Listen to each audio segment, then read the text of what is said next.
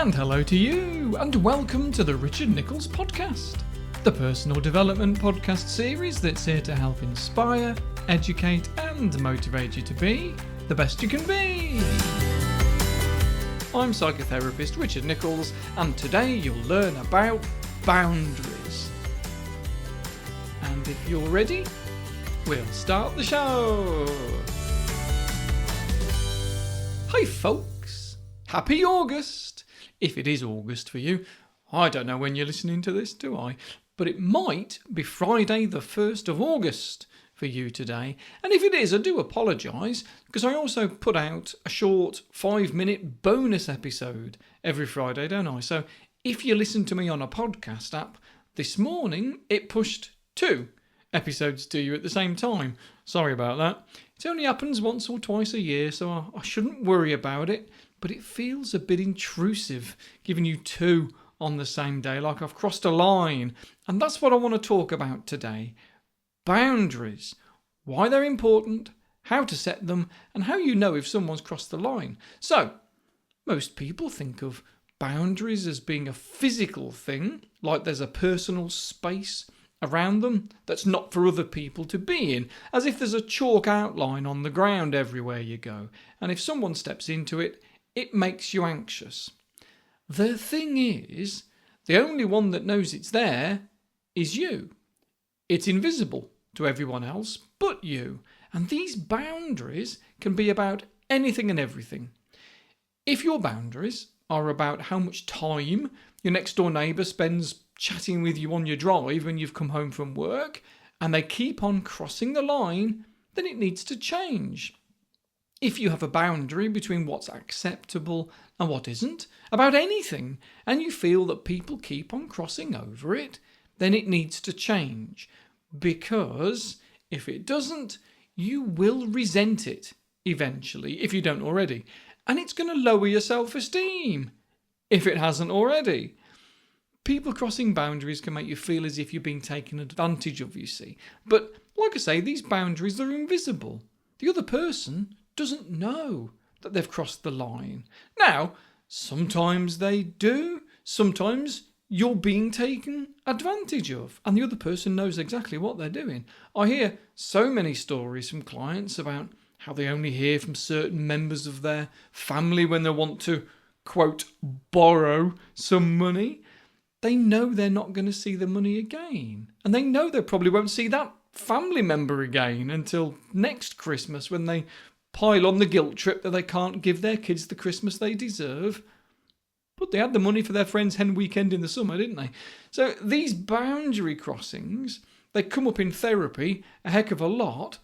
But how do we prevent it?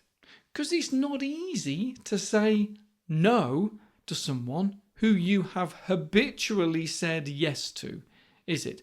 Maybe there can be okay, but this is genuinely the last time I'm doing this for you sort of conversation. You need to learn how to manage your money better. Please don't ask me for handouts again sort of conversation. Somebody once told me that when a random nephew would ask to borrow money every single summer to take his children on holiday, and the money would never be paid back, it stopped when they were told, okay, I'll do this for you, but instead of paying me back, I want you to give it to your children at Christmas. And I'll put a note in their Christmas card from me that says, Merry Christmas, your dad's got 100 quid from me for you. I hope you get yourself something nice or something like that. And he didn't ask for any money the following year, obviously. And that's a great way of setting boundaries, because there's a time and a place for being passive-aggressive, isn't there? And that was just perfect. I think of boundaries as being the line where I end and someone else starts. As if someone crossing the boundary means I'm no longer being myself, I'm not being authentic, I'm being the me that they want me to be, rather than the me that I want to be. So if people can stay on their side of the boundary, what we often find is that we're still very often going to be the version of ourselves that they want anyway, because if we can be ourselves, that's also the us that we want to be as well. But them crossing that line means that there's a mismatch between who we think we are and who they think we are. And then one of two things needs to change. Either our expectations of ourselves changes, or their expectations of us changes. Maybe both, but if the other person isn't aware that they're crossing the boundary, then they'll carry on regardless. My wife randomly took a day off a couple of weeks ago because she'd done too much overtime and needed to cash it in. And I said, great, I'll finish early myself that day and we can do something together. And she just put her hand up and said, you can do what you like, but I've already got plans. Now, if she didn't have the confidence or whatever to tell me no, then she'd have resented me intruding on her day off, which is not a good ingredient for a relationship. So as with many things in life, communication is the key. Respectful communication, I might add though, because whether that's in a healthy friendship or a healthy relationship, there should be a good level of respect so that even if boundaries are crossed, it can be understood and not just dismissed with a, oh, it doesn't matter, they'll get over it sort of attitude. Now, if someone takes advantage of you and they realise, if you're lucky, they'll apologise. But to be honest, most people aren't that good at apologising. It makes us feel more guilty because it acknowledges that we did something unfavourable and it might poke our self-esteem a little bit. If our self-esteem is high, then that's probably okay. We'll recognise that we went too far and we'll apologise. But if we can't, then at least we can acknowledge the boundary crossing and thank the other person for letting us go too far. It might be really hard to say, sorry honey, I've let you make dinner every night this week whilst I've been playing Xbox, because it pushes the I'm a crappy husband button. But we can say, I noticed I've been so engrossed in my Xbox, you've made dinner every night this week, sweetie, thank you. I'll make sure to return the favour. Because that way, we don't push the I'm a crappy husband button. Instead, we push the my wife loves me and I love her too button. Everyone's a winner. Now, boundaries can cause problems if they're not realistic or they're too vague. All the polite conversations in the world won't make any difference if you tell your boyfriend he can never be late home from work because so much is going to be outside of his control. And suggesting he cooks dinner a few times this week is too vague. That could mean any day. And she then resents him, spends all week resenting the fact that he said he was going to do it a couple of times this week and, well, now it's Thursday. Too vague, you see. So if you find yourself complaining about people all the time, even if it's just in your head, there might be some boundary issues somewhere. If you find that you've never got enough time for your own stuff, or you feel constantly inadequate and guilty, it could be that people are crossing boundaries. So start setting them. But be gentle though. You need to be realistic. If you tell yourself you're going to change your personality overnight, not only is it going to freak everyone else out, but it's also going to feel so wrong to you that you'll just go back to how you were before.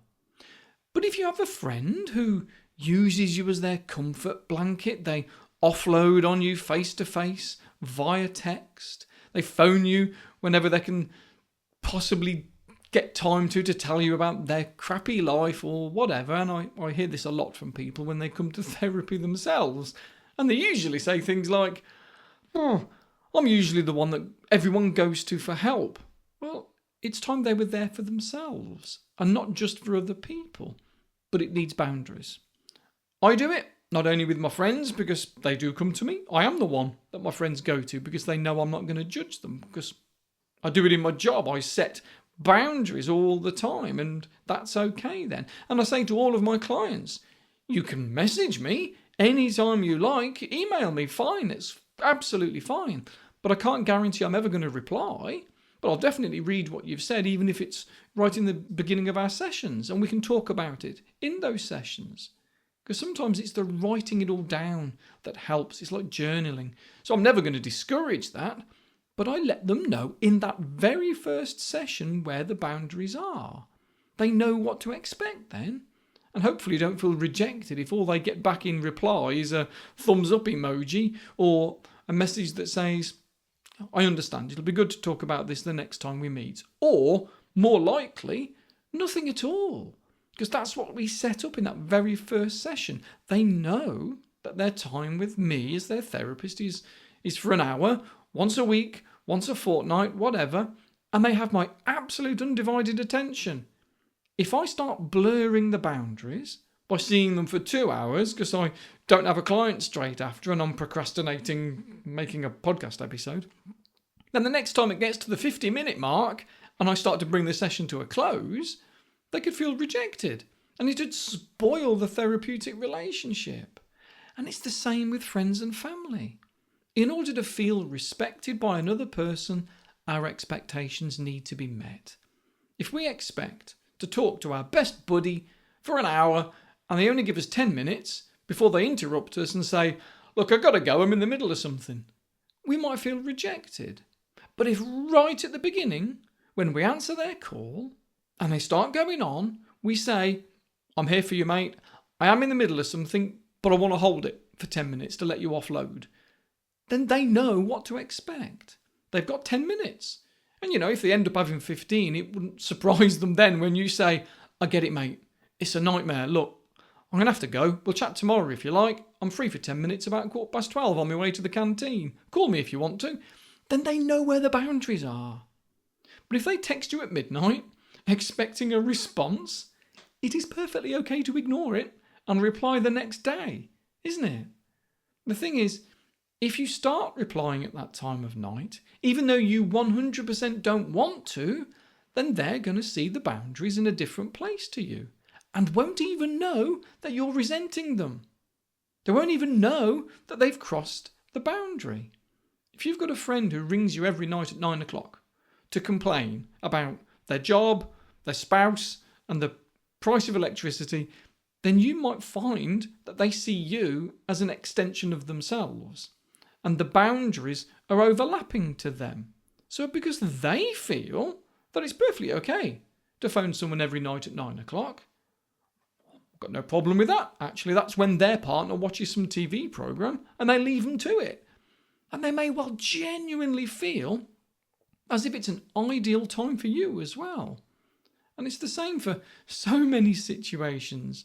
We've probably all seen a TV programme or a film where a bloke misreads the signal from a woman that he likes.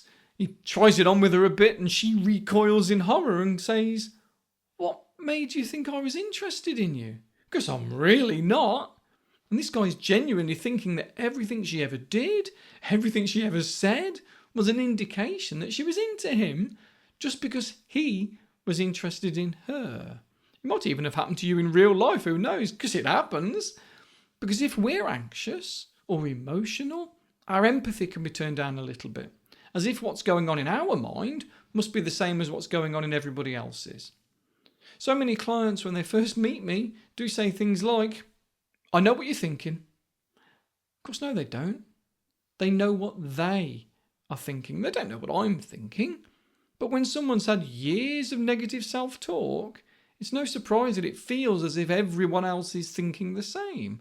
So, if you've got to set new boundaries, or rather, let people know about where the existing boundaries actually are, there are good and bad ways of doing it. One commonly recommended technique is the good old-fashioned crap sandwich. And I'm sure you've all heard about that. It's the first thing that you learn as a manager about how to give feedback. It's the same for teachers, parents, anyone and everyone. And if you've never stumbled across the crap sandwich before, it basically means to sandwich something that's unpleasant to hear in between two things that are okay. So if little Johnny brings his dad some art homework and there is massive room for improvement, and you know for a fact that little Johnny only spent the very bare minimum of time on it, then if you just say, I think you could do better, Johnny, that is only going to cause problems. Whether that's fight or flight, anger or sadness, Johnny's going to have a bad day, throw a tantrum, and make his dad have a bad day as well. But saying, Wow! I love the way you've kept in the lines when you've coloured in Iron Man's helmet. That's great! Oh, I can see where you might have got a tired hand. Look, because you've gone over the lines a few times as you've worked your way down there. You could probably do with taking your time, spending a bit longer on it, so as not to rush, but whoa, love it. Great pick, Johnny. That's a crap sandwich. It shows that there's room for improvement, but remains positive. And with so many things in life, that's a good habit to get into. And when setting boundaries, we need to do the same. It just means getting our head around it. So if what someone wants to say to their bothersome partner is, will you stop pestering me? I don't want sex every single night. But they're worried it's going to put them in a bad mood, might even completely ruin their sex life. They can instead say something like, sex with you is amazing, just not when it's every night. I don't want the novelty to wear off, and I want it to carry on being fantastic. Win-win. We can't 100% guarantee it's not going to put them in a mood, of course. We can't actually influence people that much. All we can do is our best. But if there are things that you can control, then make sure you do. You can't actually stop your mate from calling you at 9 o'clock every night to complain about their boss. But you can actually ignore the phone. You can get into a habit of not answering your phone after 8 o'clock at night or whatever. Another thing is to be careful with the word you. If you're out and your partner messages you every 5 minutes checking up on you, then coming back home and saying, you need to stop doing that. You need to trust me. You made me angry. It's got too much blame in it. Instead, make it about yourself. Use I statements because no one can argue with I statements because they're about you. So if you say, I feel annoyed when I get a text every 5 minutes, then the other person can't disagree with that. So avoid the word you where possible. Change it to we if you have to. I'd prefer it if we waited until I was home before we chatted. Now, even if it's a slow process, you're still changing your relationships with people. So you might lose a friend. You might end a relationship. It's only a possibility. But if we're honest, a relationship or a friendship with poor boundaries that can't exist without them is probably already missing respect. And I'd say it's okay to let it go. Speaking of which, we need to let this episode go for another time. Thank you for listening and supporting the podcast. Like I say so often, if you'd like more content, you can find me on Patreon, where for £6 a month, I'm there every single Monday morning with a real full episode. None of your teeny tiny 5-minute Friday stuff on there. So enjoy your week, and I'll speak to you next time. See ya.